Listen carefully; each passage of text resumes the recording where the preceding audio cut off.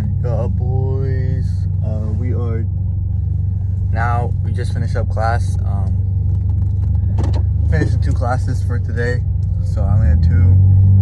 Now we're about to get some work done. I'm about to go back to the other spot in the university where I usually go to work.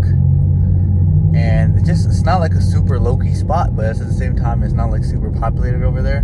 Because the library is nice, but like there's way too many people there.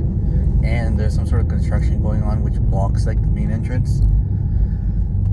So I'm going the other way. So I'm going all the way there now. Not actually, I don't know why I'm saying all the way. It's not even that far. But I would rather just drive than just walk like fucking 2 miles and back and forth. And there's no point, so yeah. And you're also wasting a lot of time when you're doing all that walking. Because of work, you just do work. So while you're doing that instead. So yeah. We're in a pretty good day today so far, and will be for the rest of the day. I'm going to be testing a new product. Like I said from yesterday, I'm going to be testing a new product today. I pretty much have the copy ready, but I'm going to go ahead and use Claude instead of Gemini, because I'm not going to lie, Gemini is not the best. Even if you prompt it good, it's not like super good.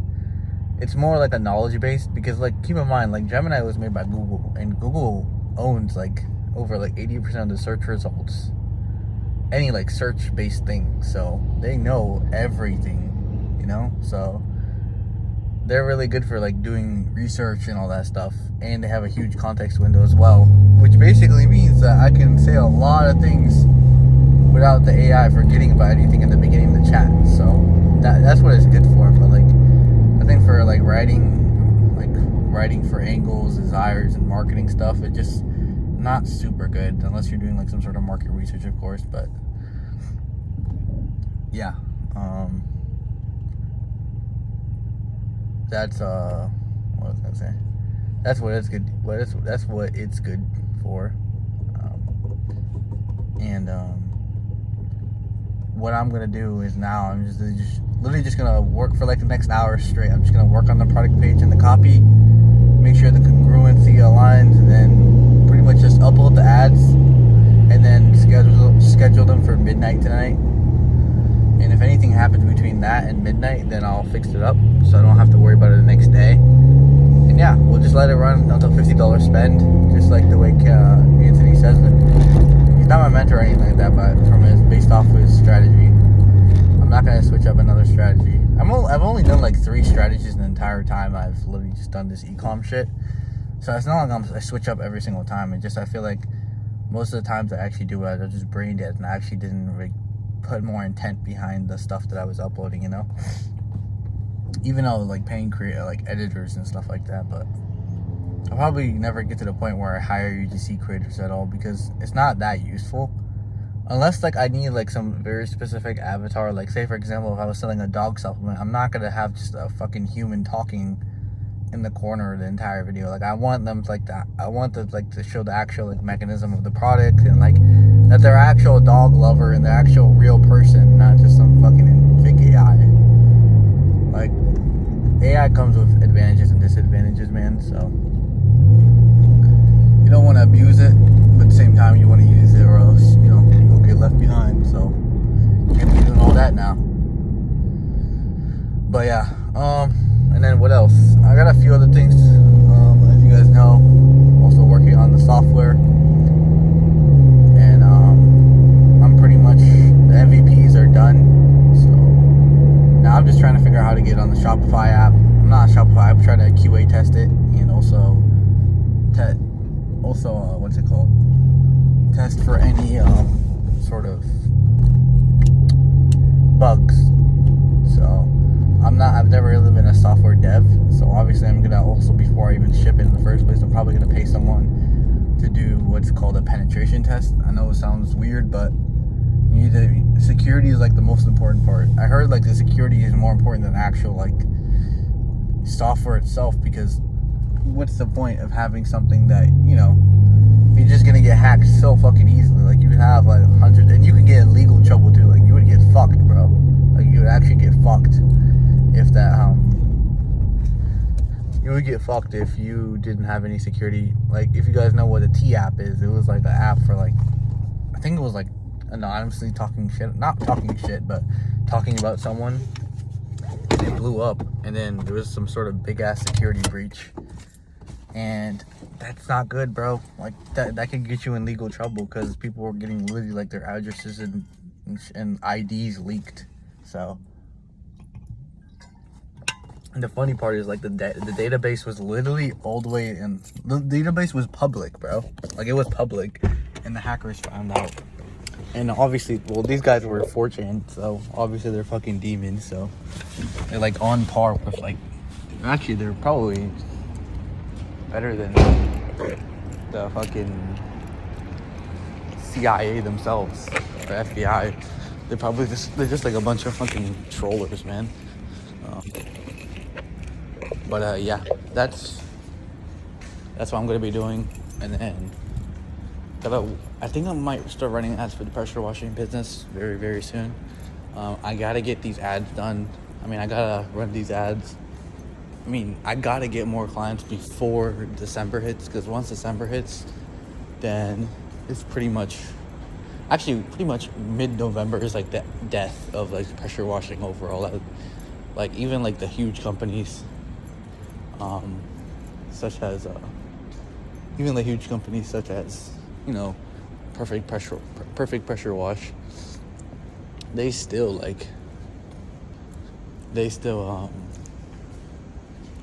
don't have to like move on to Christmas installations, because you can't even do pressure washing, especially in where I live. Like, there's fucking snow and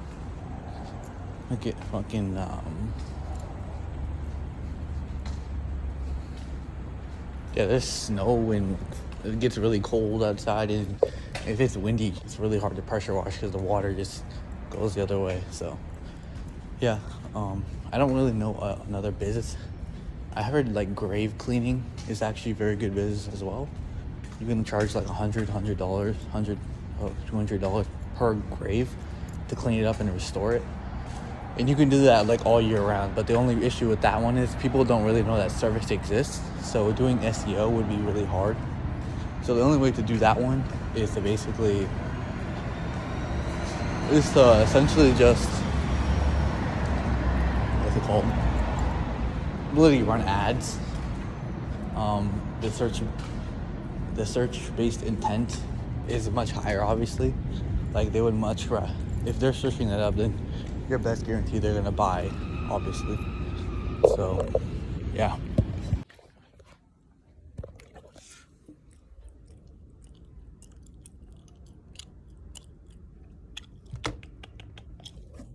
Our website is cooking on my website. Shout out Claude Code.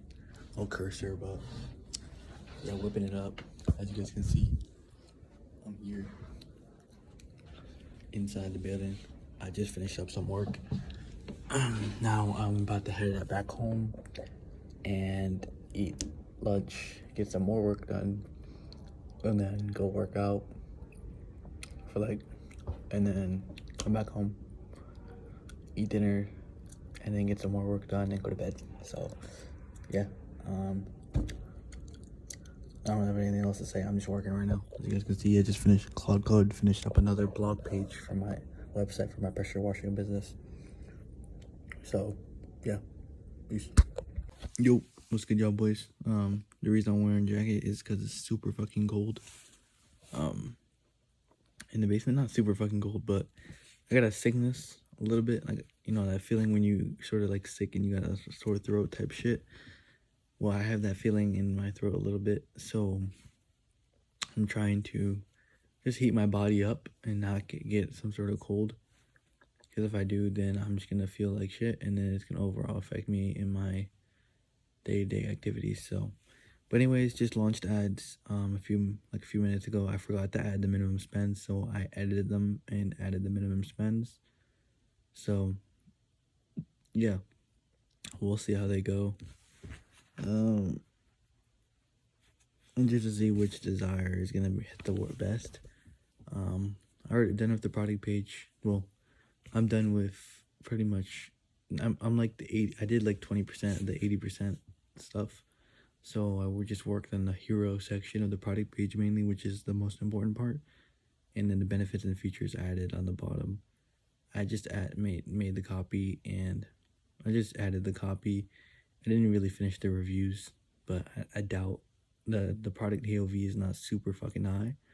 So I'm pretty sure after they read the mini sales letter, they after they read like maybe the first few benefits and all that shit, then they should be buying it. Like not even the benefits and below on my product page, like the collapsible rows that you make, like what are the benefits of da da da da, and then they just click on it and it goes down and like it opens a section up and then they can read it themselves, and then they can be like, oh okay, and then